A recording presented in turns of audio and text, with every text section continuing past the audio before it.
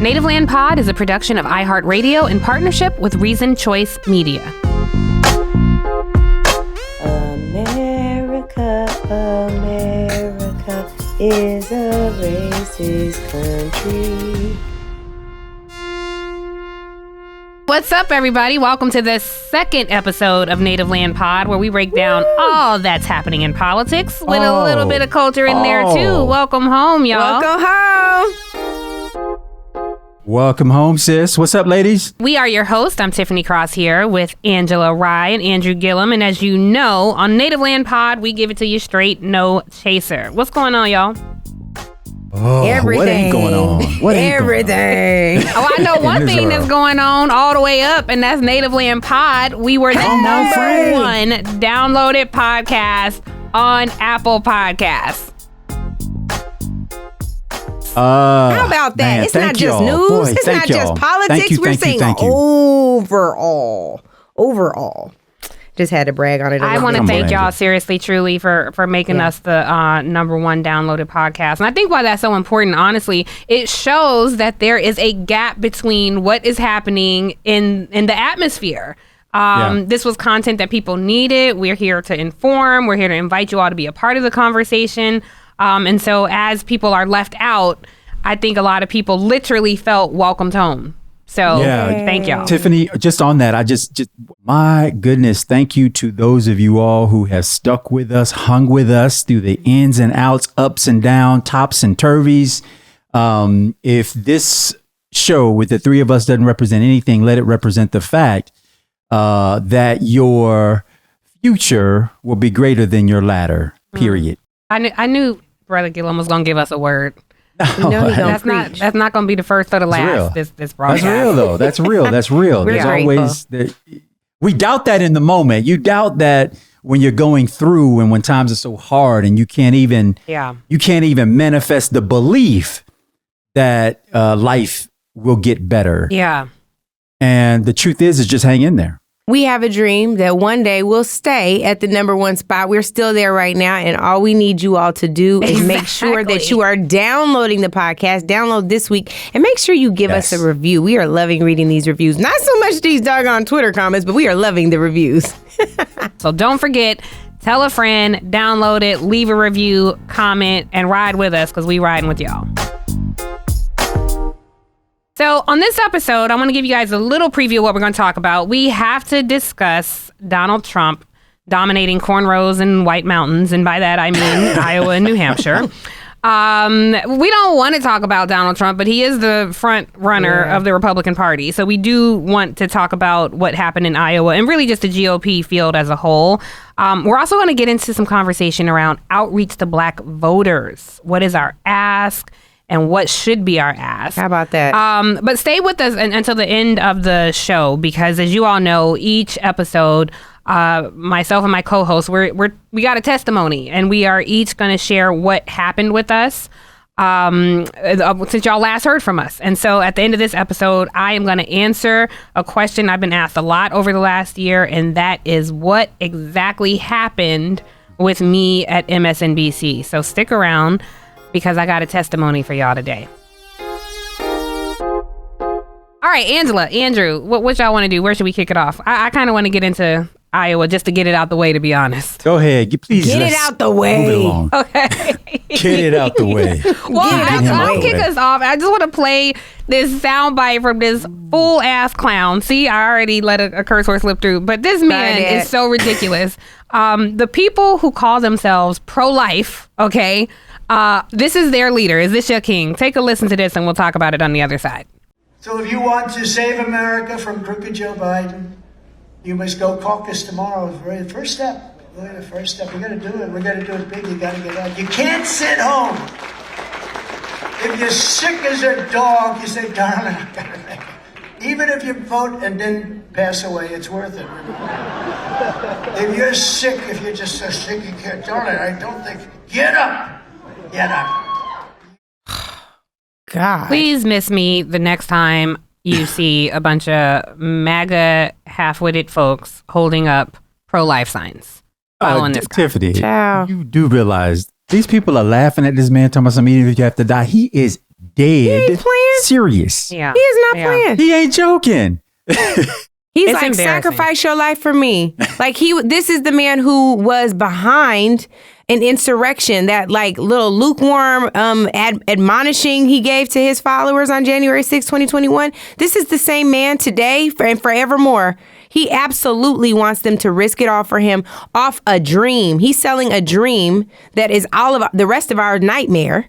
And he really wants these folks to get out here and do this on behalf of their racism. We know exactly what it is. We're not confused. He's a fraud. I mean, even like with the wall, like Mexico's gonna pay for the wall. Like his donors have been paying for this false effort that's not happening. His donors have been paying his legal fees. I mean, he is the biggest welfare recipient of these folks, and they keep falling for it. That? But honestly, I kind of feel like this whole GOP field, they're all garbage. You know, I wasn't surprised at what happened in Iowa, but we kind of talked about this last week. I do feel like when these reporters are on the ground in Iowa talking to these voters, not once did I hear anybody ask, how do you account for the racist comments that we've heard from all of these candidates? At any given point, all of these candidates have said something asinine and racist, and nobody ever has to account for that.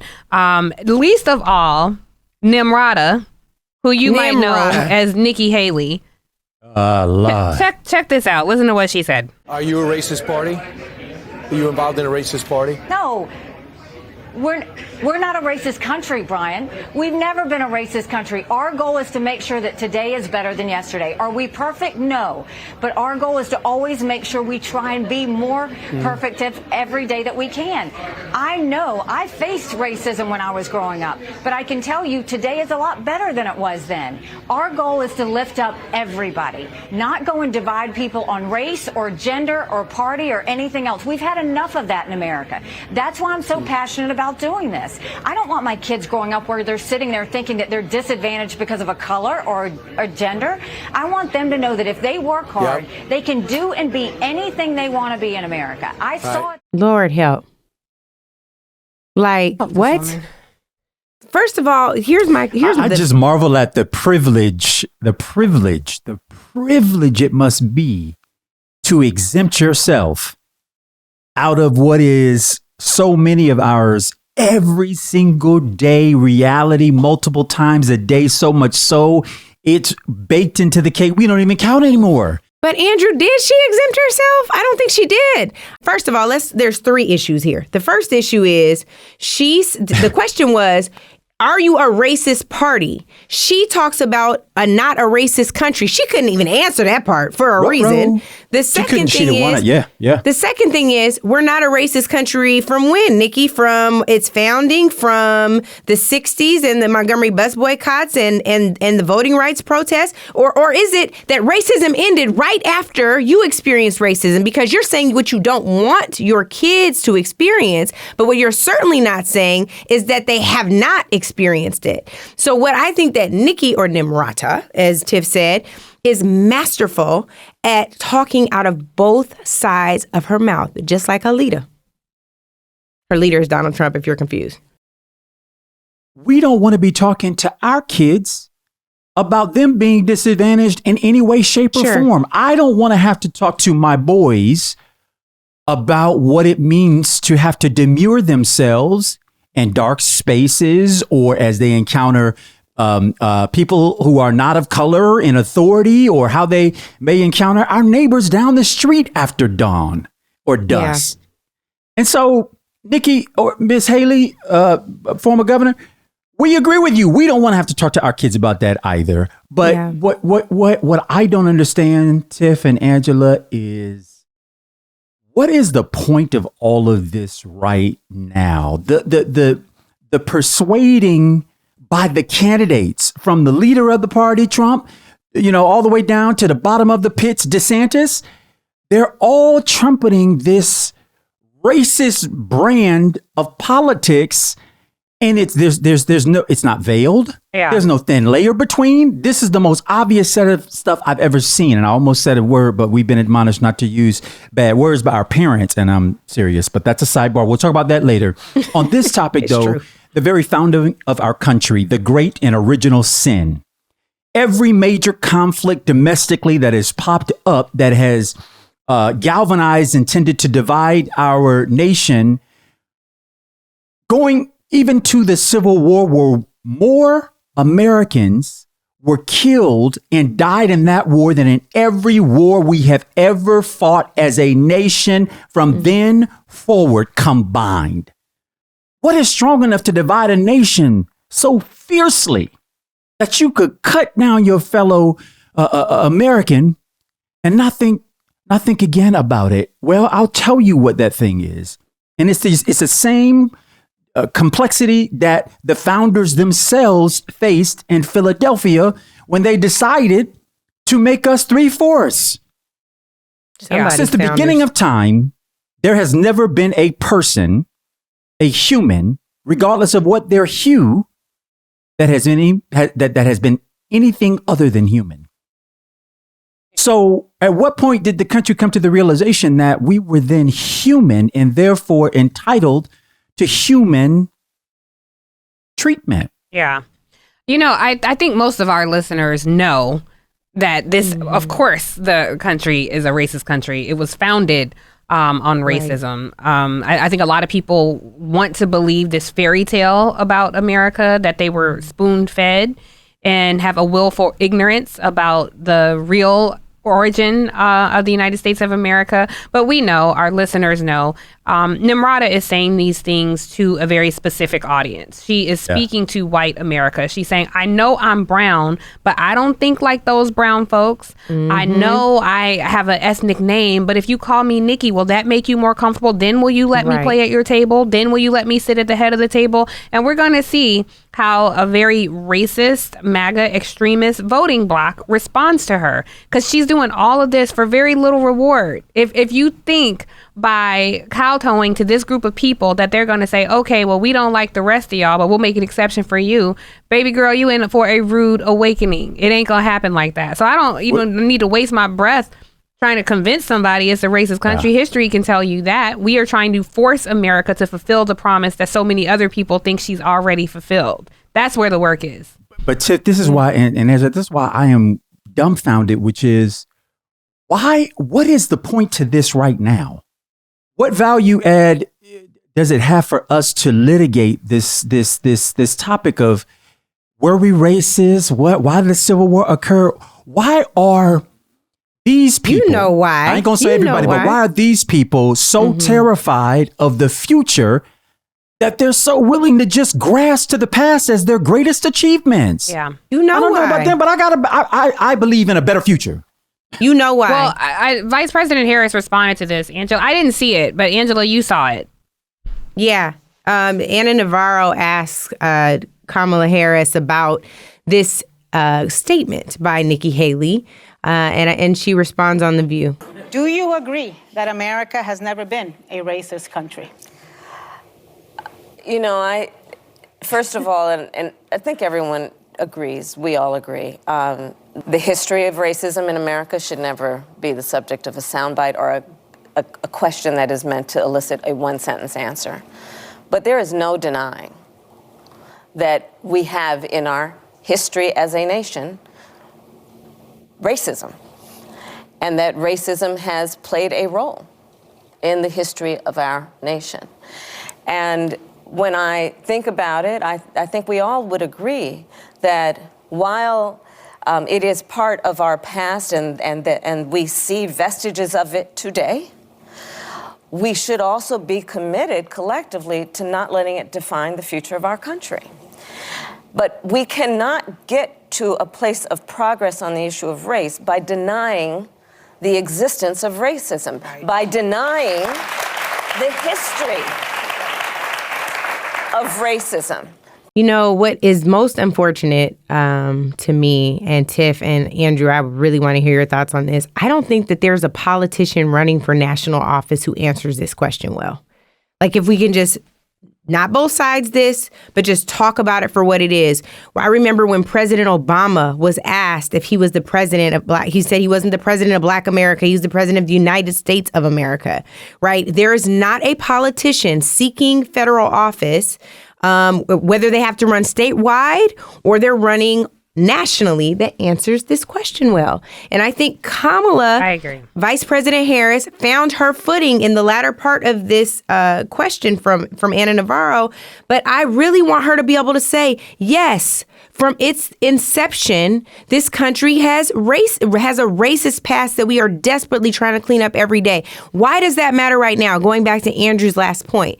It matters so much right now because they're so willing to manipulate history that they will take it out of books. They will ban books. They will take it out of the classroom. They will ban AP Black Studies. They are fighting diligently and hard and violently to ensure that we believe something very different about this country's inception, its founders, and racism. And it's always been there. And yes, it is an economic battle first, but it is absolutely based on the dehumanization of Black people and the others.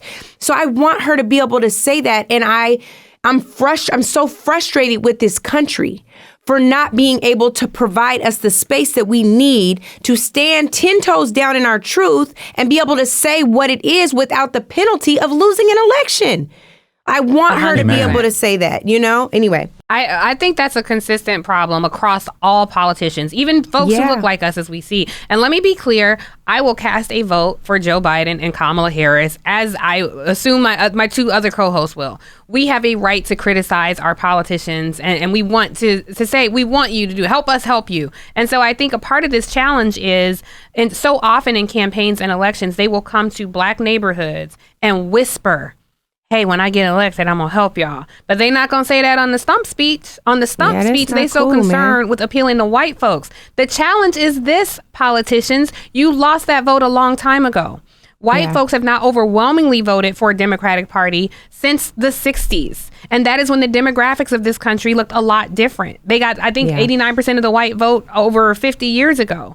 Now, with the changing demographics of America, reevaluate your message and live and speak a more truthful assertion. And if you can't tell me, if you're trying to convince me, no, this piss you feel in your face is actually rain, you have lost my vote. You have lost my confidence. You have lost the thing that most people look for in politicians, and that's for authenticity. That's the thing that's so fragile and so few and far between, I think. So I'm always disappointed when I hear people, because what the bottom line is, you're trying to make yourself palatable to white folks. Right. And to me, you leapfrog over me and my interest when I'm the main person holding you down. So I will put this not just to Vice President Kamala Harris, but to anybody who's talking. Inspire, be bold, and speak a truth. We do, and we support you, and we want to help it make it easier for other people to speak their truth. Andrew, you got something else on this? I'll just say I'm sick of the question being asked. When do we live in a country where we don't even proposition the question of whether or not we have a racist founding history steeped in it and its vestiges every single day? And what I will argue is the reason Kamala Harris has to answer that way, and I agree with you, I think she got better, more direct toward the end, is because of the vestiges of racism and white supremacy. We can't take the chance that by acknowledging that the founding was steeped in racism, is the original sin of this country, and every single major battle, legal,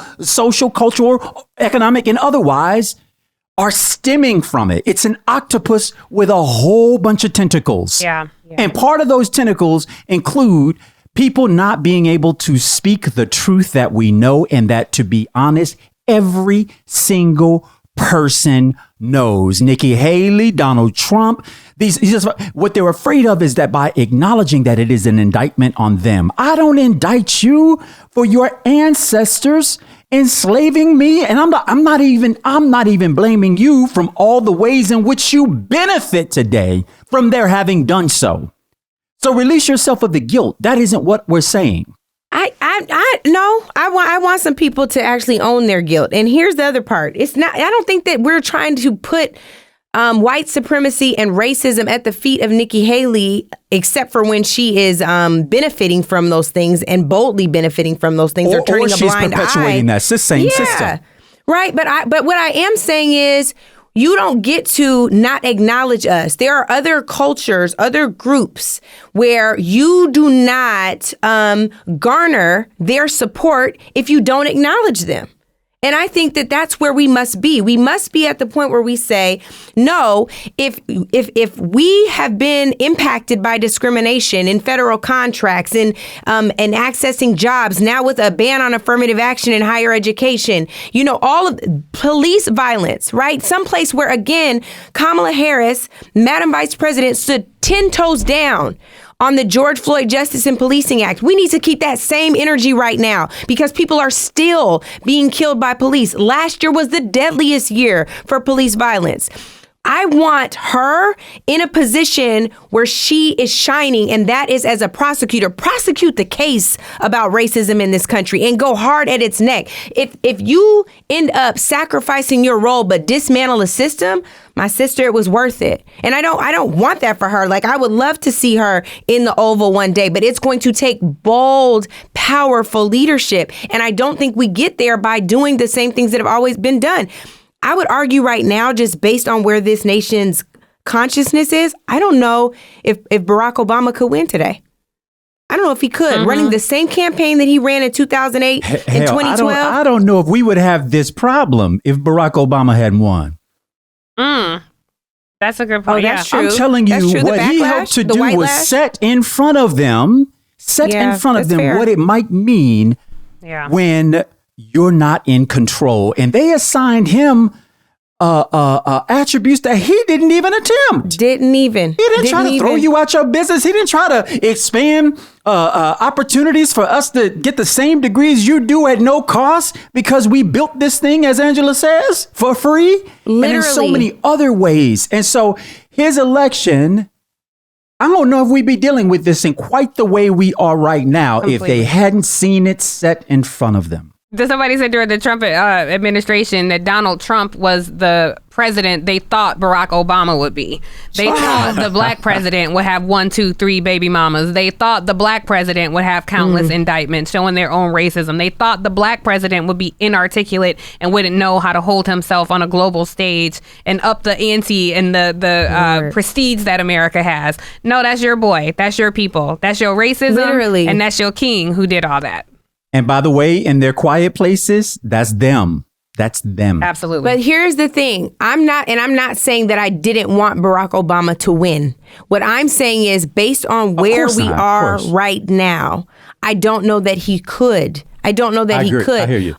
I think we as a people are getting more conscious. Like, we're not going to moderate to fit in your box. We're not trying to make you feel comfortable in your stuff. We know now that a rising tide doesn't lift all boats, and it's hard as hell fighting these waves without a boat to sit in, right? Like, all of those things. Anyway, I'm down a whole other road, Tiff. I'm sorry. But I am feeling away. Honestly, because I am just tired of talking about playing in the snow, to be honest with you. It's not a lot of daylight between any of these candidates. They're all the same.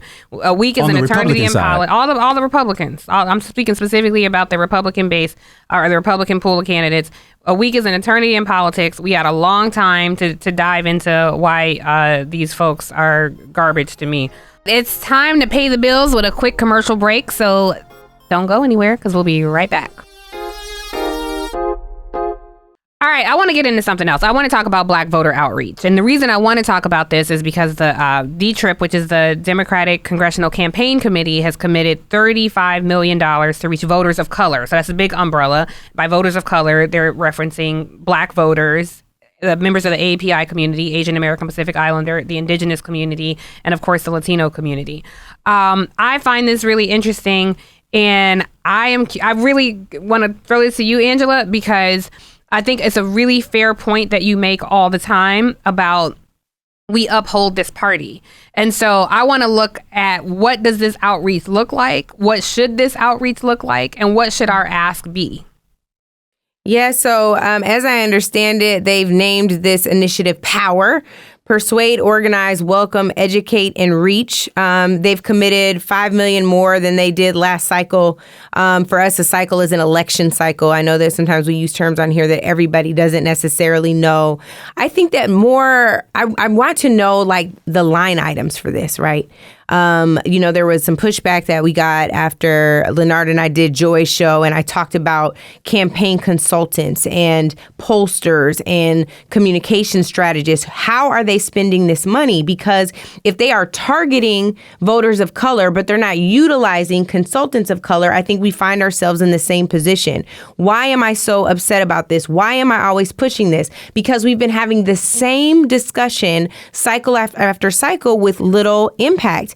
We need people who aren't as informed as we might be because of where we worked, because of Andrew, where we've run, right? We need folks who, ride the bus to work, who maybe have been formerly incarcerated and just out and want to see politics serve them. The folks who are barely keeping the lights on. The folks who are saying, I don't know how I'm going to get to the ballot box because I just have to pick up my child on time from daycare, right? If they can afford daycare.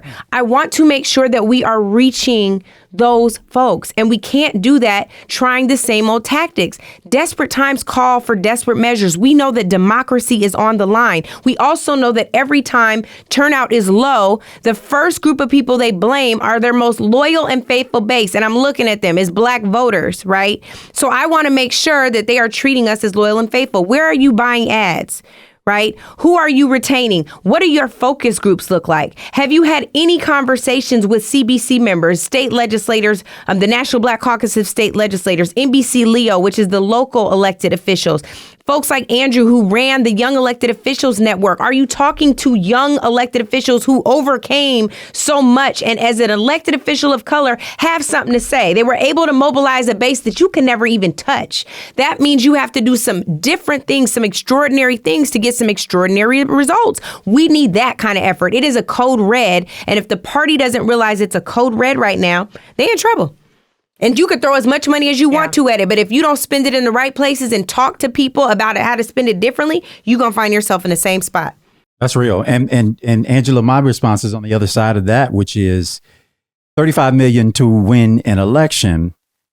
How many millions, billions, trillions toward public policy that then benefits and expands opportunities, the lives, livelihoods, and lifestyles of communities of color? Because, look, I believe that Democrats will spend whatever is required to get the voters they need in order to win, that they believe they in order to win. So what I'm saying is if they thought that it was going to cost them, because this campaign will cost, what, $1 billion a campaign? $1 billion for each of the parties and their allied groups? That's what, so $35 million, $1 billion over the course of the campaign. When I ran for governor of the state of Florida, where Black people are still only about 11% of the voting population, yes, we had tactics that were very specific and discrete to different activities that minority groups and people of color might do. But Black people were part of the center of my campaign. And so in all of our spending, not in a set aside, but what runs through the bloodstream, the body of the campaign, was talking to communities of color and folks who are similarly situated and identified who need public policy that works for them too, because we're not a monolith and people are tired of just surviving. They're sick of it. I heard a homeless man interviewed the other night on a local news station who said, I didn't want that. I didn't want them to give it to me. I just wanted an opportunity to earn it. This man doesn't know where he may sleep tonight. But his interest was not in getting something that was for free, but rather having an opportunity to earn it for himself. So don't mistake us. We're not asking that. We want to be able to compete, to earn, and to know that off the strength of our value and our work alone, that we will earn what we deserve to be paid. Yeah. I want to pick up on your point, Angela, because that it's interesting the way that white supremacy has framed the thinking of some Black folks. I'm going to pull from my good brother, Andrew Gillum. I'm going to share a bit of a private conversation we had. And it's really, we have to encourage. I'm joking. Don't We tell have it to all. encourage people. I ain't gonna tell it all. This show, maybe next show. But we have to encourage people to tap into their imagination, because I think, Andrew, you've made the point before. Like, that's what they do. They capture our imagination. So if you can't envision a democracy that serves you, because when we say of the people, by the people, for the people, some people are okay with that as long as for the people doesn't include us.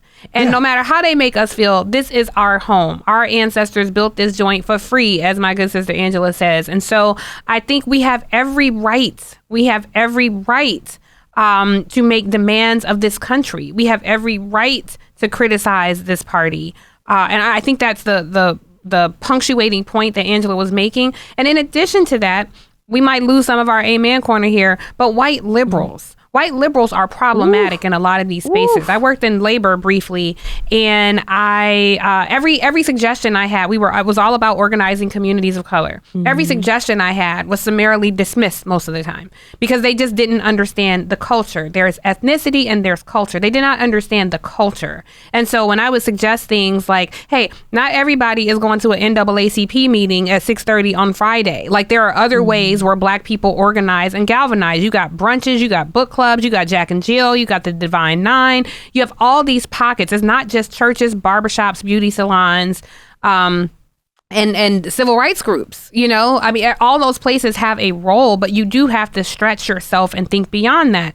And they would pay consultants big, huge contracts, like $25,000 to $50,000 a month, who don't look like me, who are telling you how to talk to people who do look like me. That makes zero sense. Like, to quote the great urban philosopher Kendrick Lamar, sit down and be humble. Like, this is the area where you really don't know what you're talking about. And it's insulting. Like, even in their effort to work for equality, it is still from a perspective of, I know better than you.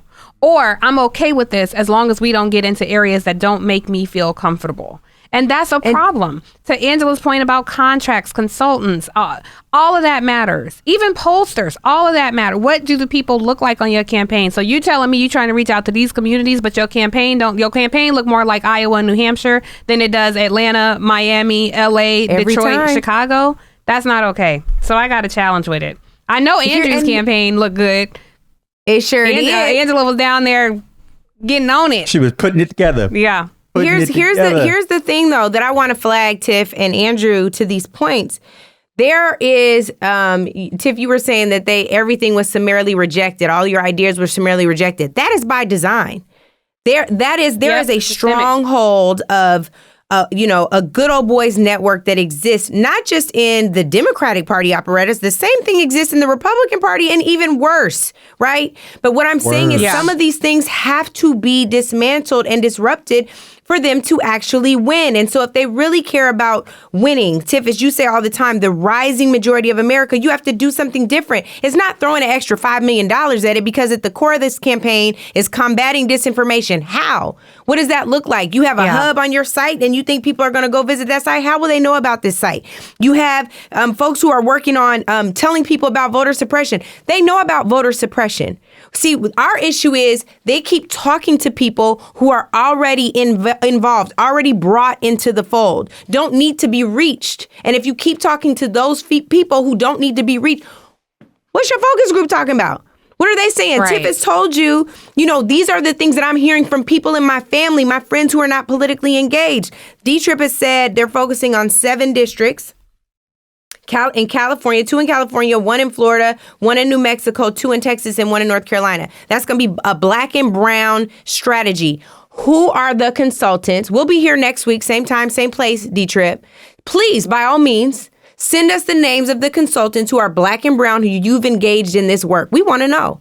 And we want to know how much you're spending with them. And don't tell us that 75% of this is going to ad buys. Yeah. And for the people online who said, why does this matter? I'm in the weeds. It matters, and I'm in the weeds because it's your cousin and your auntie and your church member who's not involved. You might already be in the hive, and that's great for you, honey. I'm talking about the people who don't feel like they're going to get up off the couch. It's not about them voting for Donald Trump or Nikki Haley or whomever else ends up running against Joe Biden. It is about making sure that they feel heard and seen enough to go to the polls. They already had to risk it all once. Just saying. And after they do that, produce the public policy that's going to get us free. Yes. Produce the evidence. I want the receipts. The receipts are not your election. The receipts are the bills, the policies, the systems, the structures, the organizations, the entities that you dismantle that stand in the way of my liberation. Yeah. Because if I am only of value to you as I show up to vote, then you don't honor my life. I am of value because I am a child of God. I was produced here. I breathe. I love. I feel just like you. That is my value. And so when I start from a place of saying, hey, I understand the person who does not want to participate in the very system that has harmed them, I'm not saying don't vote. I'm showing up and first to say, I understand you, brother. Ain't nobody asking you to believe in this white man's democracy. We asking you to believe in you. Tap into your imagination. And what does a government look like that services you, your family, and protects the country and advances equality for everybody? I think that's an important point. Because you pay for it. Because you pay for it. They work for you. It doesn't require a whole bunch of imagination. I would just say, treat me like you would want to treat your son or daughter. The things, the safeguards, the protections, the opportunities that you want in place for them. I love that. Yeah. Be imaginative enough to see me like you might see your own child or a member of your family, and you would do whatever you could. Let's talk about kids. For I would tear down these walls and this brick to do whatever I needed to do to make a way for my child. Yeah. So if that's the case, and I believe it is for them too, put that brain on and let that brain guide your action. All right, welcome back to Native Land Pod. Welcome back home, where we keep it a buck, give it to you straight, no chaser. This one, I was reading the papers, and I honestly thought about Andrew Gillum when I saw this story. Andrew, Florida man. Florida man is busy in your neck of the woods, and they wreak havoc on everybody else. Now, there is a story that it might soon become illegal, literally illegal, to call somebody racist, homophobic, misogynistic. That somebody literally put this on the ballot. It was yet another Florida man. Now, we got the good kind of Florida man with us. Andrew, what is up with this law? I mean, the reason I'm concerned about it is because a lot of crappy laws emerge from state legislatures. And so when we don't pay attention and don't take it seriously, it ends up landing in Congress and becoming a federal policy. So can you give us a background on this? Is it possible that this actually might pass? Listen, first of all, yes, in a state where Ron DeSantis, chief, a spokesperson, CEO, executive director of Florida Man Incorporated. Yeah, it could. But guess what? I don't think there's a snowball's chance in hell that free speech lawsuit wouldn't immediately ensue and stop this whole thing in its track. But more importantly, this is coming from Ron DeSantis and his party here in Florida, who basically invented the word the pejorative and negative a connection of woke culture. I mean, they practically invented the attack on, quote, woke people and woke culture because they said they're acting like squirmy worms. They just don't have a spine. They can't hear anything they disagree with. And so they wanted to legislate that you could not be a whiny baby about the things that you don't like. OK, I'm using their approach and not how I think about it. Well, how can that same group of people now suggest, legislate that you can't call a racist or a call out institutions for the things that they do? How can you abridge my free speech? Who's acting soft and warmy now? Ron, Joe High Heels. I ain't hating. I mean, if you know they think they look good, wear them. But This is from a state senator, Jason Broder. I don't know if I'm pronouncing his name right. Broder. Well, listen, I'm saying his name because at some point nobody knew who Ron DeSantis was, and now everybody does. So, like, who knows where Jason can go introducing this kind of legislation? He will rally the uninformed, the ignorant, the racist, the angry, the misogynists, the xenophobics, and they will rally behind this man and try to send him to the White House if we're not careful. So this is what's happening in Florida. Angela, what you got? I just, there's nothing new under the sun in the Sunshine State. And I think it's really, really unfortunate, seeing that they would work to pass a law that says that it is defamatory for you to call someone racist. What if they are? Or sexist? What if they are? Or misogynist? What if they are? But it's more of, we cannot handle the truth of what this country represents to so many people. And so we're going to work our very best, our most diligent to silence you. So I think it's more of the same. It's devastating. I said it during the campaign. Mm-hmm. A hit dog will holler. Mm-hmm. Yes, it will. They've been so offended by all this stuff. A hit dog will holler, and they're hollering through their legislation, their proposals, because we've come too close to the nose with this stone. Yeah. We've come far too close to them. The best quote you had on the campaign, I thought, was on the debate stage. And when you said, well, I'm not saying he's a racist, but the racists think he's a racist. I thought that was such a brilliant line, Andrew. I really did. That's what the party has become. That's what their candidates have become. Yeah. They don't want us to call them racist, but why is it that all the racists seem to be organized behind you? Why all they're the endorsing you who don't like diversity of women? What? Openly, what out loud. Is it, right? Yeah. They standing down and standing by. They know exactly what they're doing. Yeah. They know exactly what they're doing. And there's you talk about we give it straight, no chaser. They're giving it to us straight. There's no content. It's not just politics though. Like, I mean, as we say, politics are everywhere. Everywhere. They are everywhere. I'm shifting gears again. For those who don't know me and are getting to know me, I happen to be one of the country's most world-renowned sports experts. People are always begging me for my sports expertise. Get it. So let's talk some football. I am happy to hear there is a new black head coach in the NFL, and curious y'all's thoughts about it. Well, I think that the most important thing to note is that for a league that has over 70% of its players looking like us, the coaching staff does not reflect the players. We know that the Rooney Rule has now been in place for over 25 years, but we've yet to see the real results from that. And so it's always a celebration. Tell them what the Rooney Rule is. The Rooney Rule ensured that there would always be someone black interviewed for coaching positions, for leadership positions in the NFL. And it just hasn't netted what we would expect. I think the same thing is true about affirmative action policy, right? I think one of the smartest things Bill Clinton said back in the day was amend it, don't end it. And I think the same thing applies now. Affirmative action's got some yards to go, pun intended here. And I think the same is true for the Rooney Rule. So it's always great to have another black coach, but we want to ensure that they have the ability to not just be hired, but to be retained. And that is the same thing we need across industry. Yeah. I just want to say it's Jerod Mayo. He's the new head coach of the New England Patriots. Good luck up there in Boston, brother. We are with you. Before we come to you, Andrew, Angela made such a good point. I want y'all to hear from former players themselves. The Washington Post did a great piece talking to black NFL players on their thoughts on coaching in the NFL. Take a listen. I do think the words genius, guru, quarterback whisperer are all phrases that they use to describe non-African American coaches. It's as if we don't have the same IQ, intelligence level as some of our other brothers. You can go out and catch the ball, you can throw the ball, but can you lead?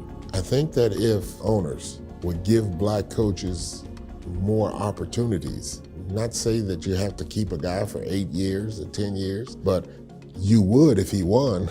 You're a minority coach. You got to win. It seems like when you have diversity, well, you've taken responsibility, and this topic is not a topic. But when you don't have it, it's a topic. So powerful. Very powerful. Andrew, what you got? You know, the beauty of that, and we all know this to be the truth, those gentlemen were not asking for them to throw out the merit book. They didn't say reduce the standards. They didn't say pay me more or even equal to what you pay the guy now. They said we simply want an opportunity. When I ran for governor, I did a commercial that said a chance, titled A Chance.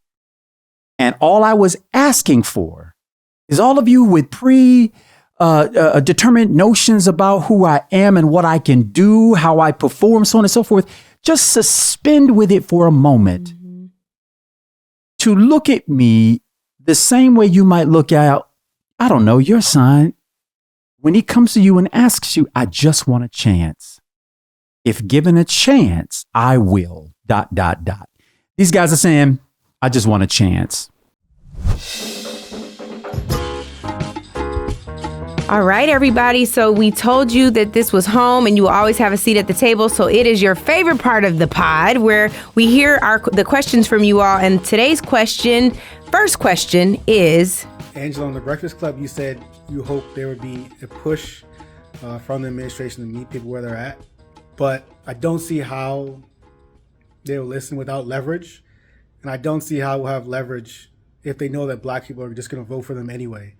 So how can we work with other people who, whether we think it's good or bad, might actually threaten to not vote? Or what other ways can we push to actually get leverage? So I think that the most important thing here is something that we hear often, Tiff and Andrew. It is about, what do we do with the folks who say they're not going to vote? They feel like their leverage is in not voting. And what other things can we do to ensure that we have leverage? Well, I'm proud to say that Tiffany and I and some of our dear sisters utilize, I think, what is part of our leverage in the last election. In the 2020 election, after Joe Biden won South Carolina, we said, you know what? Black folks made sure that he got to the finish line. And we said that there were 3 things that we wanted from Joe Biden. The first was a black woman vice president. The second was a black woman Supreme Court justice. And the third was a black agenda. We know that we're still lacking on the black agenda part, but this is the perfect moment for me to shout out our dear sister, Alicia Garza, who does some tremendous work at the Black Census Project. She has talked to over 200,000 black people. It is the largest survey of black people in the country. And that census, that survey, will serve as a basis for what and how we construct a black agenda. I think our leverage is in pushing our agenda. What do we require of any elected official that serves us on the local, state, or federal level? Our leverage is not in saying, if you don't play with us, we're going to take our ball and go home. Our leverage is in saying we're always going to show up. And even when you don't want to see us, we're going to be sitting right at your door, or we're going to be calling you, or we're going to be emailing your staff to find out where you are on XYZ. And here's this black agenda for the local level. Here's this black agenda for the state level. Here's this black agenda for the federal level. We want to see our agenda happen, and we are going to push you to do what we want to do. Why? Because as the CBC always says, there are no permanent friends, no permanent enemies, just permanent interests. And our permanent interest is in seeing our true and ultimate liberation in this country. And everybody else should follow suit. All right, the next question, Andrew, I would love to get your thoughts on it. Take a listen, and then Andrew, you can respond on the other side. Hey, Native Land Pod. I'd love to hear your thoughts on why many of our elected officials, both in the House and in the Senate, and even in state and local government for that matter, that are of advanced age and almost choosing to die in office. Oh, man. Well, first of all, I'm not going to be the one to sour on older politicians in office. I think what matters to me most in that consideration is, what have they done for us lately? What have they done for me lately? Are they still producing? So on and so forth. Because in that case, maybe what you need to do is go intern or go apply for a job and then help influence around that process. But my real answer, aside from, respect for those who are older but are doing their job, is that not many of us are choosing to run against them. Not many of us are choosing to say we are ill-served, and if you don't show up and show out on the job that we put you on, then I am going to take you out. People don't fear things and people and interventions that don't impact on their lives. If you can't make a difference for me, then why are you here? And that's the rude sounding aspect of politics. But these decisions get made every single day. Why do they legislate against us when we're such and such of the population? Because they don't fear that we're going to do anything about it. And I don't mean extracting your vote from the Democratic Party. I mean, have we shown up at their offices lately? Did we go to their town hall and pack that thing out? Did we show that we can produce people who then will hold them accountable? And unfortunately, if you just say, oh, I'm not going to vote in the next election, we don't know who to credit. We don't know who to reward. We don't know who to induce. So show that you can produce something and that you are forced to be reckoned with, and therefore power What does it say? Oh, this was Fannie Lou Hamer. Power seeds nothing without a demand. Mm-hmm. Power yields nothing. And all I would add to without a demand is in a way to enforce it. I want to just real quick just say to the caller's point about older people dying in office, I do think there is something to be said that it is our responsibility to bring up the folks behind us. And so I know a lot of people hold on to their positions, but it's hard, right? You know, but there are younger people in place. And I think to Andrew's point, like, get in a position, get out there and run, you know, like there are very few limitations. If you want to run for office, get out there and knock on doors. It's not just, I'm not saying go out and be 35 and let, you know, your first job as in government should be president of the United States like it was for Donald Trump. I'm saying there are school board elections, there are city council, there's aldermen, there's all kind of things that if you want to see change in your community, you can do, and to put yourself in a position to run for a federal office one day if that's what you want to do. But I do think we have to create in pathways. fairness to Donald Trump, his first job was our president. He ran many businesses into the ground prior to becoming his president. first job in government was president of the United States. Yeah, that's I'm a not fair talking point. about his business. I ain't said his first And then job. he His ran first it job in in the ground. government. And then he ran 75 million Americans say, yes, we will let you be president of the United States when you ain't done city And council. who do we blame for that? Tiff. 75 million Americans. So anyway. As a former executive director of the Congressional Black Caucus, this comes up a lot, especially with our elders. And I think one of the things, we don't just have a responsibility to bring up young folks, we have a responsibility to ensure that older folks can retire and step aside with dignity. And we don't always do that. I will never forget when Congressman Major Owens left office and retired, he went to be a Library of Congress fellow. That's not what happens with white folks when they retire from Congress. So we need to figure out what else we can do. I think it is so short-sighted when some folks, again, to your point, Tiff, who have no experience, want to challenge and primary an elected official who's actually doing the work for us. So I'm not talking about the people that are just sitting there as bench warmers. I'm talking about the folks who are really doing the work. So I just wanted to bring up that one distinction. Shout out to my CBC fam. I think that's fair.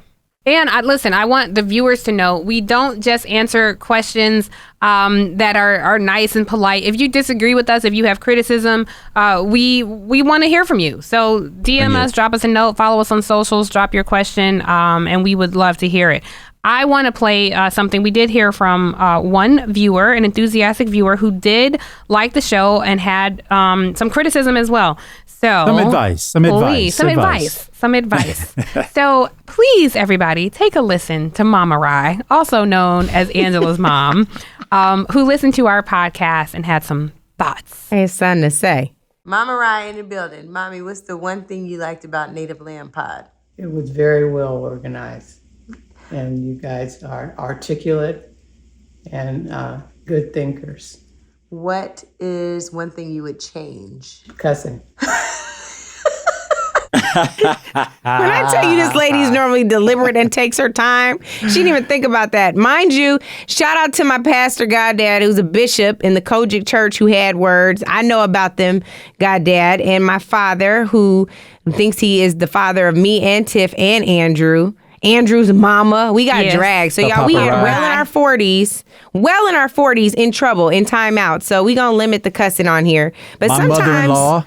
Your mother-in-law too, I forgot. Jesus. So we're gonna work on it. Yes. We are still saved and born again. We're not backsliding out here, but sometimes, you know, there's a word that you can't find, and 4-letter word helps, but we'll do our best. Amen, church. You need something to punctuate your point, and they have 4 letters to them. That emphasis. So brace yourself. Sometimes you might. My 2 co-hosts can probably be a little more clean than I can, but sometimes you might hear from this center right here to say something to punctuate a point. But the Lord's still working on me. I ain't gonna tell you who taught me the cuss words. How about I ain't gonna talk about who did the teaching. Exactly. Daddy. Worst words I ever heard in my life. The Lord's still working on me, y'all. So bear with me. All of us. All right. Thank you so much for your questions. We want more. What do you want to know? Send us your videos. DM us on Insta, Facebook, and Twitter. But right now, we're going to hear from our sponsors. But don't go away, because right after this break, I will be telling my story on what happened with me at MSNBC. All right. What happened with me at MSNBC? Before I get into the story, I want to just say first that I am good. All of us are good. All of my co-hosts, we are all good. This is not some sort of revenge tour. We are looking forward, not backward. But it's important that we take the time to address these things because, one, we want to be truthful. Some of you all know us. Some of you don't. So you're getting to know us. We want to be honest with our listeners. And we really want to answer questions. And that was the main question I got. I still get when I'm walking through airports and people stop me. They always ask, what happened with you at MSNBC? So I think it's important that you all know how we got here and why this platform is so important to all of us for different reasons. So I will start with MSNBC to say how I got to the network. So I used to appear on MSNBC all the time. And I was never paid. There are paid contributors and there are people who go on for free. Elie Mystal is one of the most brilliant voices. He's on that network frequently. He has never been paid for his brilliant contributions, nor for the viewers that he brings to the network. So keep in mind when y'all see on social media comments and people say, well, they getting paid millions to get up there and say whatever. No, very few people are paid contributors. And when it comes to people who look like us, even fewer people.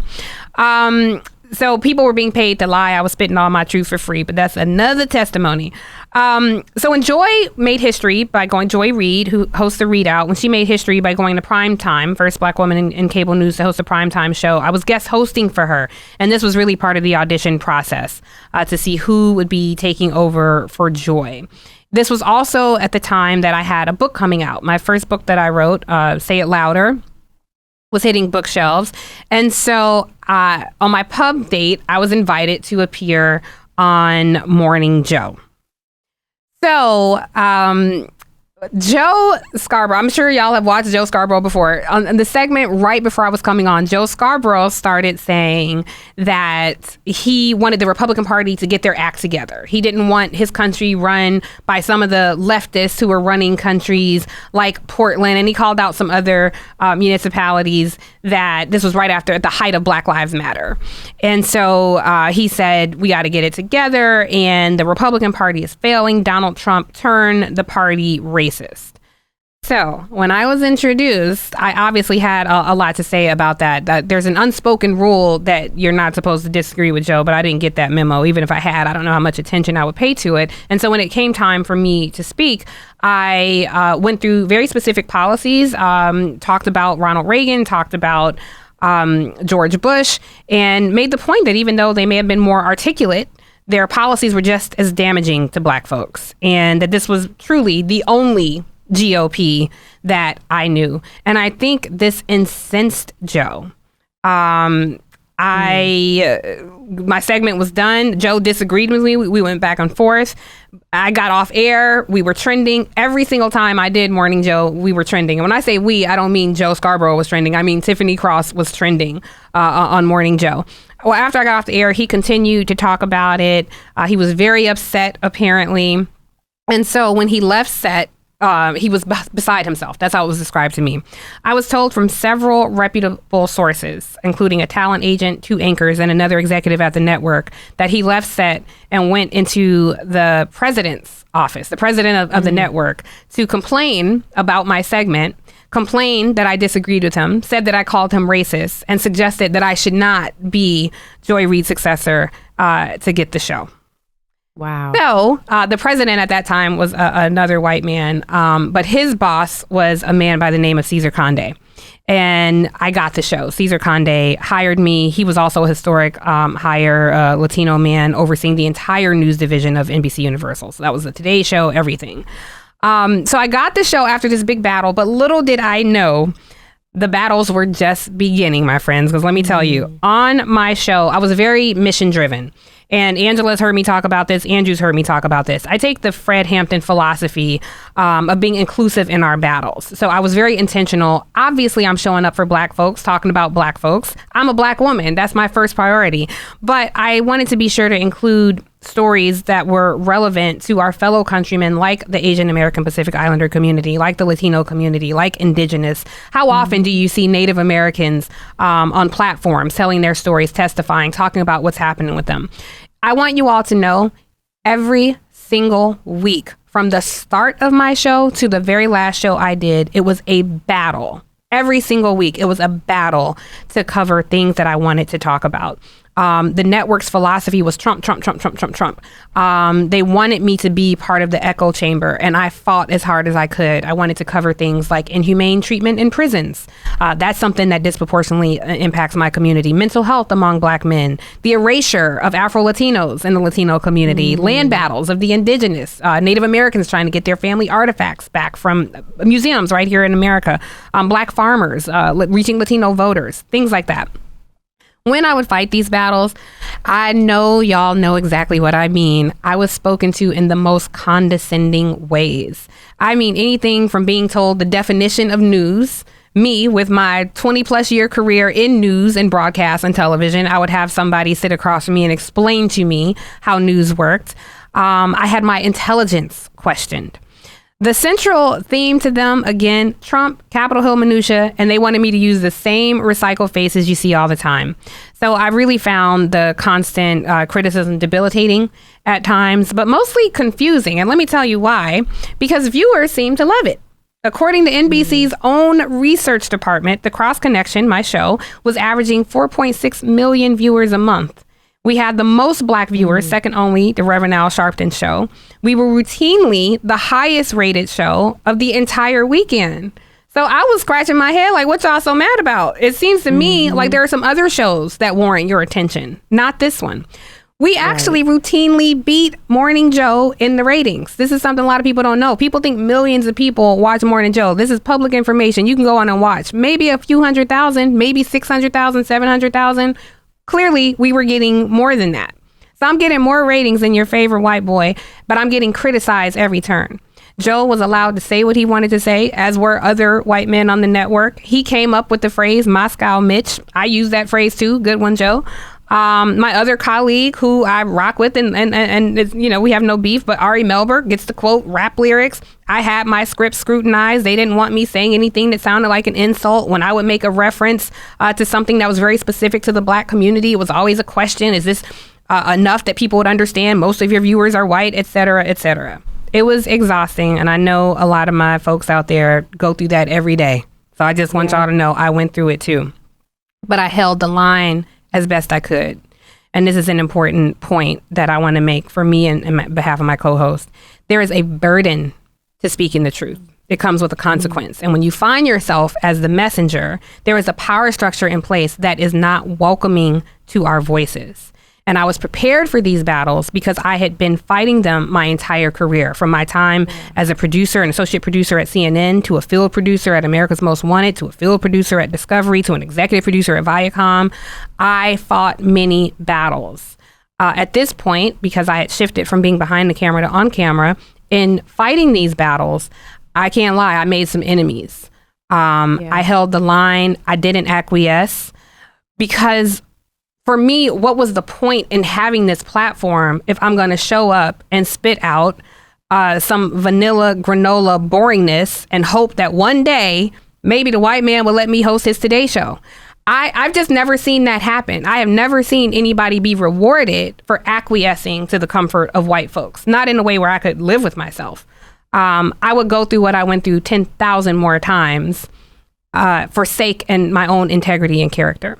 My viewers and my community were always the top of mind. I never positioned myself to center the comfort of colonizers. So leadership changed at the network and a new president came in. And listen, we need to celebrate and normalize the leadership of Black women. So we can never make this about one individual. The problem is systemic.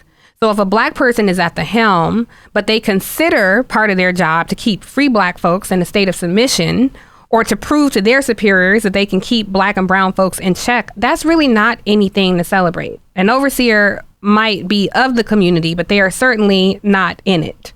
And so I was fighting battles internally with leadership, and then I was fighting battles externally. I would routinely sound off on issues that centered white supremacy, a disease that y'all know still sickens the country. And often these essays I did would go viral and we would garner over 1 million views across all social media channels. Well, It didn't take long for the right-wing media zealots and extremists to begin attacking me. Everybody from Megyn Kelly to Bill O'Reilly, routinely with false accusations and racist white fear. But one night, Tucker Carlson dedicated the top of his show to me. I want y'all to take a listen. Now, you probably knew about Joy Reid, the race lady, who's been fixated on race hate for years now. But MSNBC has a new host, someone called Tiffany Cross. Okay, so Tucker goes on to play several clips from my show, and pretty much anytime I said the word white people, he meshed them together and was basically accusing me of trying to start a race war by comparing my commentary to what happened in Rwanda, because y'all know Tucker cares so much about Black lives. And then, live on air, he began to direct his comments to the executives. So you have to ask yourself, what does Comcast board think of this? Comcast board is mostly white people who, according to the channel they own, decided they wanted something, then they annexed it. White people who steal because they're white. White people who could, quote, turn to violence when they don't get their way.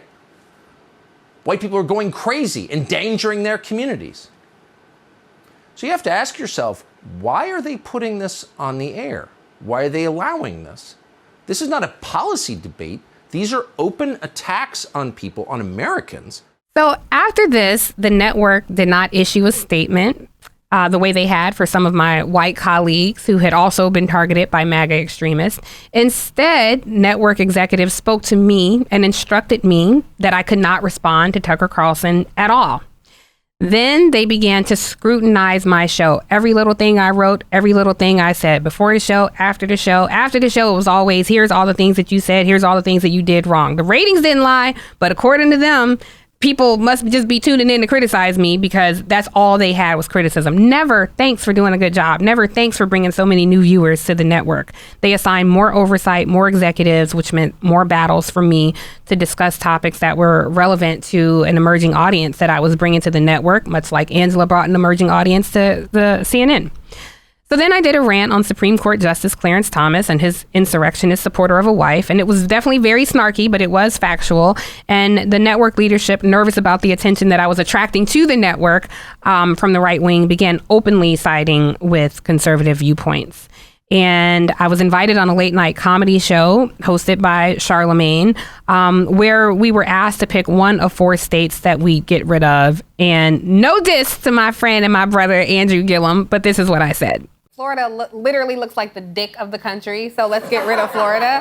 Ron, are you saying castrate the dick of the country? Seriously, let's castrate Florida. Here's the problem. Ron DeSantis, whatever you want to call Florida man, he is so problematic. The people there passed Amendment 4, which gave returning citizens, those formerly incarcerated, the right to vote. He instituted a poll tax. He has done everything he can to keep black and brown people from the ballot. Mm-hmm. He traffics in stupidity and ignorance, and I just think they are a problem for the rest of the country. Let's get them out of it. So after that show, this was 4 days before midterms and 1 day before my show was going to air. We had booked an exclusive sit down with Stacey Abrams, who, as you all know, was in the fight for her life, running for governor at that time. That morning, I got a call from the president of the network saying they would not be renewing my contract, which was up in a month, and that my viewers would not even be given the courtesy or respect of me being able to sign off or have a final show. I think it's important that you all know when that happens, it suggests to other people in the industry that this person is so unhireable that we could not trust her with a live mic. So it was all very intentional. The firing was abrupt, and it was also very intentional to my audience, to my viewers, that you are not the type of viewers who the company cares about. I was devastated when my show was canceled. I was so sad, not just for myself professionally and all that I had fought for more than 2 decades, but for the viewers, for the audience, because I did not have confidence that there would then be another place where indigenous topics, API, Latino, and AFAM topics that we covered was going to be. And this is where I have to testify. And I've always cried when I talk about this, but I'm not going to cry today because I feel so good. I was surrounded by machetes. When I say machetes, I mean my sister friends, our girl group. It's a group of us. We're all in media. And Angela Rye at that point took on the role of mama, chief of staff, security, everything. You literally could not get to me without going through her because I had reporters calling. The audience was in an uproar. We were trending for weeks, even though my show wasn't on air. And I felt so comforted at that time. The shock of what happened didn't even hit me until weeks later because I was surrounded in sisterhood. You guys saw Joy Reid closed her show after my show was canceled, giving me a shout out. Sunny Hostin was giving interviews saying, you know, what a big deal this was, and that the media went backwards with the canceling of my show. I was just truly surrounded. And so find you some friends who ride for you like that. There was a fierce backlash from the audience, and I was never given an official reason for why they canceled my show, but it was pretty obvious that I had drawn the ire of white conservatives, which even made some white liberals uncomfortable, so I had to go. Never mind that millions of people found my voice to reflect theirs. They weren't the viewers who MSNBC seemed to care about. But I gotta say, what happened next truly surprised me. Despite me not saying anything at the time, other than to issue a very politely worded and gracious statement, mostly for my viewers, a statement in which did not attack the network at all or say anything bad about them, the network began attacking me. They planted hit pieces in the press. The president of the network began a bizarre, unhinged tour where she was on damage control. I don't know what she was trying to do, but it was filled with outright lies, including showing up on the set of The View. You guys can Google this and read the story to talk to. Everybody knows Sunny Hostin is a close personal friend of mine. This network executive went to The View, tried to talk to Whoopi Goldberg and Sunny Hostin. This has been corroborated by countless people and written about. It's very strange for the president of a competing network to show up at another network and talk directly to their talent. That just doesn't happen. So it was bizarre. It was humiliating at the time, to be quite honest, but thank God I was surrounded in sisterhood. And so I fought as much as I could, but I was not trying to go back to the network, but I fought to say, hey, what happened here was not okay. I want you all to know I am good. I am mission driven. My life's mission has always been to work and live in service to the equality and liberation of Black folks. And I think when that happens, everyone benefits from that. When Black folks are free, we all get free. We are very communal people, and that's why people benefit from our work. If I'm mission driven, it does not matter where I'm doing that mission. The work continues. If my mission was to be famous, if my mission was to be a celebrity, if my mission was to host a cable news show, well, then my mission dies. That ain't never been my mission, will never be my mission. And so when you're mission driven, just keep that in mind. Here we are, the work continues. I am thrilled to be in community with my fellow co-host here. I think it is so important that you hear our voices and that you see that we continue to live, survive, and thrive, because the message this was intended to send was don't get too free and don't get too bold and don't get too audacious in your Blackness. And if they can somehow send me out there as a warning signal and say, look what we did to her, this might happen to you, then it might shiver somebody into not speaking the truth. And I want to testify that I am here still speaking the truth. Yeah. And my story did not end at MSNBC. Come on. MSNBC was certainly the top of one mountain in my career, but it was the bottom of a next. Come on. And we are here to keep climbing. I want to thank you all, the viewers, for riding with me during that time. I cannot tell you a specific reason the show was canceled because I was never given one. But to be in community and still get to be in service only happens because you all ride with me so hard. And I just want y'all to know I will always, always, always ride with you. And I want to say thank you to the Machetes, but most certainly, first and foremost, I have to thank Angela, who held my hand. We were in Atlanta together. We were still speaking together. We were out doing, voter drive work, eating, strategizing.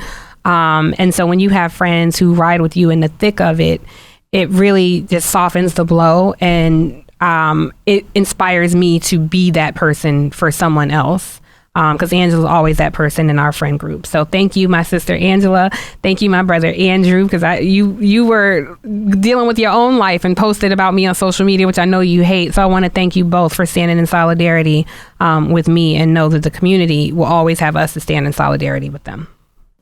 Tiff is the nicer one of the two of us. And I want to just say that... Three of us.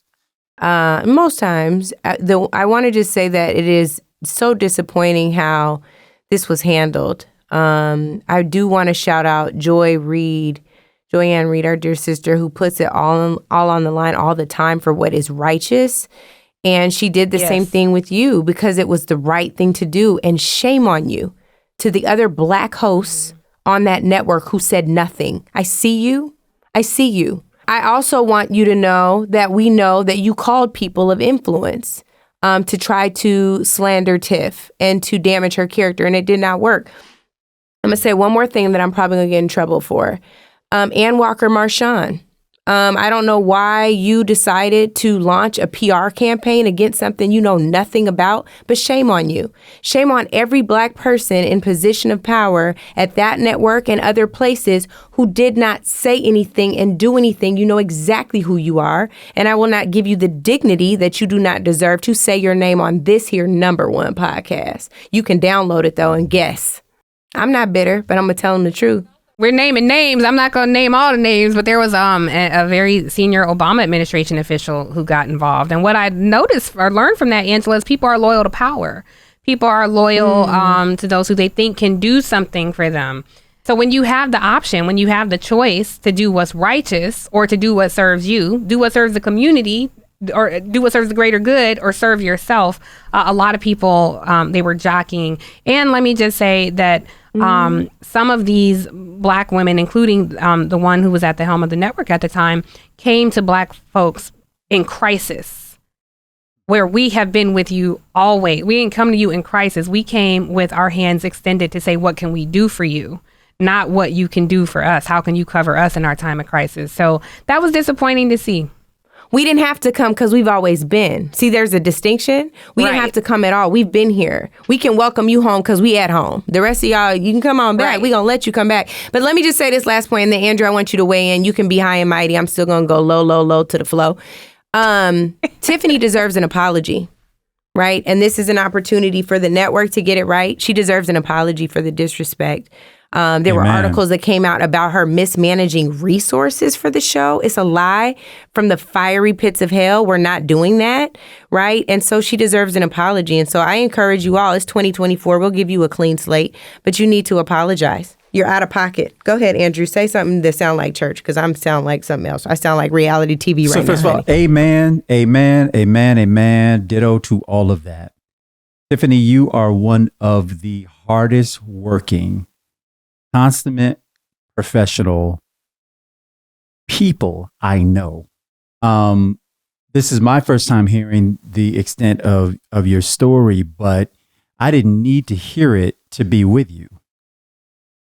And just as a reminder to all of us, there were other African tribes who co-created with white slave traders to sell other Blacks into slavery. Yeah. And I say that and they were few and far between. Let that be known. They were the minority, a very, very small, let's call them the 1%. There's no wonder why that 1% mentality still exists and unfortunately still thrives in the highest of places. So much so that they divorce themselves from the culture and from who they are to side with a group of people who, one, know they're not part of the original clan. They're just, they've adopted it. Carter G. Woodson says, if you send, the miseducation of the Negro requires that if you send a man to the back door and he goes to the back door and he goes without challenge because he knows his place. And if he gets there and there is no door, he will carve one out for its special purpose. His education makes it necessary.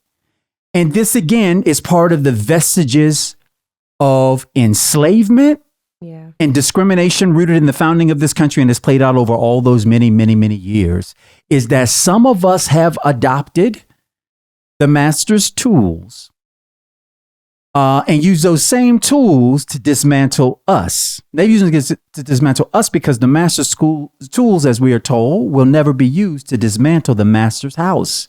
Never. Those tools were adopted by them to use on us. And that's how we can, and it is what it is. But I know one thing, the devil is a lie. A lie. His intention is to create chaos, divide, destroy, devour, and then cause you to believe what he says about you instead of what he says about you. And I just love the fact that you didn't embrace any of it. You knew who you were. You knew whose you were. And through all of our experiences, who has the shouting? Who gets the victory? I'm going to bet on the two of you every day of the week. The three of us. Every day of the week. Right back at you. And I have a question for you, Andrew, because one thing that happened after all this happened, so even members of the Congressional Black Caucus were calling like, hey, what happened here? We don't like it. They were calling Comcast and reaching out. I had introduced a project to the network, The Culture Is. It was something that Joy Reid and I hosted. It was supposed to be a special. It aired. We won our time slot that night. We trended on Twitter that night. And it was for Black women. And then there was iterations after that we were intentional about. We said, hey, we think the Asian Americans should have one, the Latino women should have one, Indigenous women should have one. So this was a project Joy and I brought to the network. When members of Congress were calling to complain, the heads of the network were saying, no, we still value diversity because we have this great new project called The Culture Is. They were using my project that I brought to them to cover themselves. But Andrew, to justify it. I mean, you got to have a strong mental state, to say, you know what? I expect this. And Andrew, you gave me such words of wisdom that I try to adopt every day. I'm having trouble adopting it because I do have expectations. But Andrew, you said to me, Tiffany, you are expecting a hyena to act like a lion when the hyena only knows how to be a hyena. That's it. So you can't blame them. We get mad at them, but they're only doing what they know how to do. And what a shame. Yeah. They need to learn how to do something else. Well, all I'm just saying is that is a release for us. We held them at a regard. They don't know what it means to perform at that level. They were faking it the whole time. Sure. And we're just being turned on to the trick. We're just learning that they were flogging, that they weren't ever in this thing quite the same way. They were takers. You were the provider and you're the lion. You and the pride caught the meal. They were just eating on it. That's it. Yeah. And all I have to say, and that we have to know this to free ourselves from it. Now, to your point, Angela, we want it. I'm calling you higher. I need you. If you're in my circle, you're my friend. I expect when the battle comes, you're going to show up as part of the pride. I have that expectation. But the problem is that it took crisis for all of us, for God to show us that the hyena was a hyena and we didn't have the power to remove them from our lives before. So he did it. He extricated them for us. So ain't no love lost. I see you. Hey, we're moving. You're not in the pride. Yeah. Why? Because you're not a lion. I want to do one more thing because I shouted out some people that should be ashamed of themselves. I want to shout out some folks that I want to send some love to because they showed up for you too. Joteka and that doggone Win with Black Women and all of the women who signed on to that letter. Joteka Edie, right? I'm saying it like she's everybody's sister. She's our sister, who we love. She's amazing. Joteka's check her name. She's standing on them credentials 10 toes down, Joteka. But Joe showed up for us. Civil rights leaders who signed on to the letter supporting Tiff. The folks who asked questions and stuck by the questions they asked. I am grateful for y'all. And I see y'all too. The rest of y'all, I still say be ashamed, but I did want to say shout out to the people that showed up.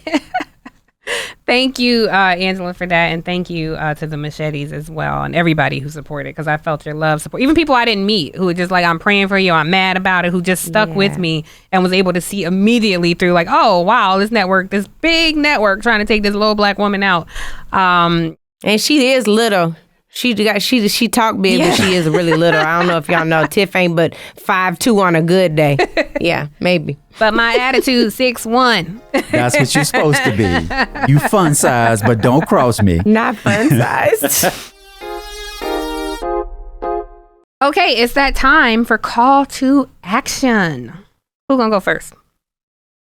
I'll go first because mine isn't really a call to action, but I want y'all to look at this. So this week, my whole year was made because the best basketball team ever in college basketball to me. They were everything in the 90s for me, my childhood. Got together. There was a reunion after 32 years. It was the Fab Five. University of Michigan boys basketball team, men's basketball, black shoes, black socks all day. Shout out to Jalen Rose. Shout out to Chris Webber, Ray Jackson, Jimmy King, and Juwan Howard, who of course is also coaching University of Michigan's men's basketball right now. I'm so love y'all, and I want you to know that if y'all can get back together again, so can the rest of Black America. I will keep hope alive, as Reverend Jesse Lewis Jackson Sr. says. And since Angela is shouting out Jalen, I'm going to just shout out Jalen too, who was also very supportive when I was going through what I was going through, posting, being physically there. So we love you, Jalen Rose. Shout out to you and all the rest of the Fab Five crew, who I actually learned about later in life, despite being a world-renowned sports expert. All right, Andrew, what's your call to action? Hang on in there. The reason we have to be different on this platform is because so many people out there are looking and living by other folks' highlight reels. Yeah. And they're never exposed to those valleys while traveling, about those people who they admire and respect and want to be just like. But the truth is, we all got valleys, those days you just want to pull the covers up over your head and not get up again. But see it through. See it through. Some of them, some of these setbacks, Tiff and Angela, God has to make them loud and big.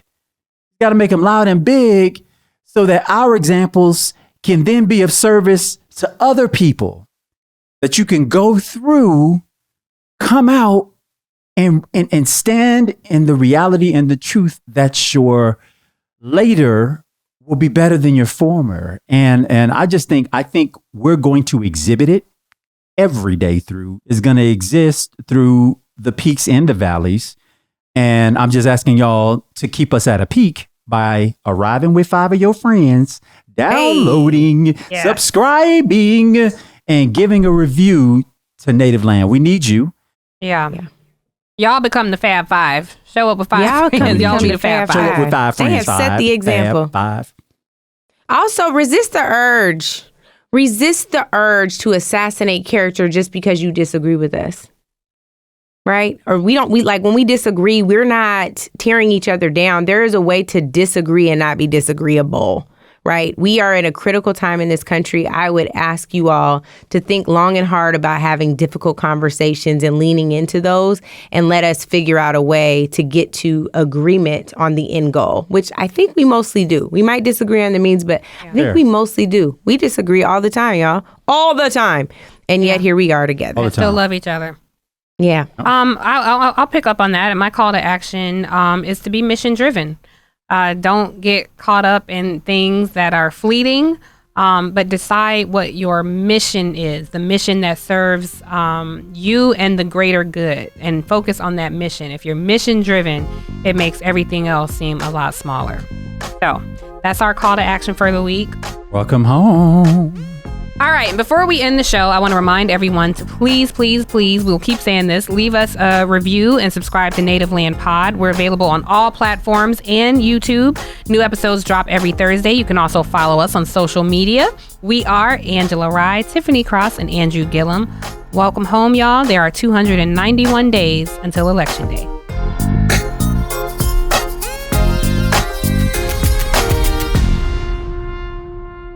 Native Land Pod is a production of iHeartRadio in partnership with Reason Choice Media. For more podcasts from iHeartRadio, visit the iHeartRadio app, Apple Podcasts, or wherever you get your favorite shows.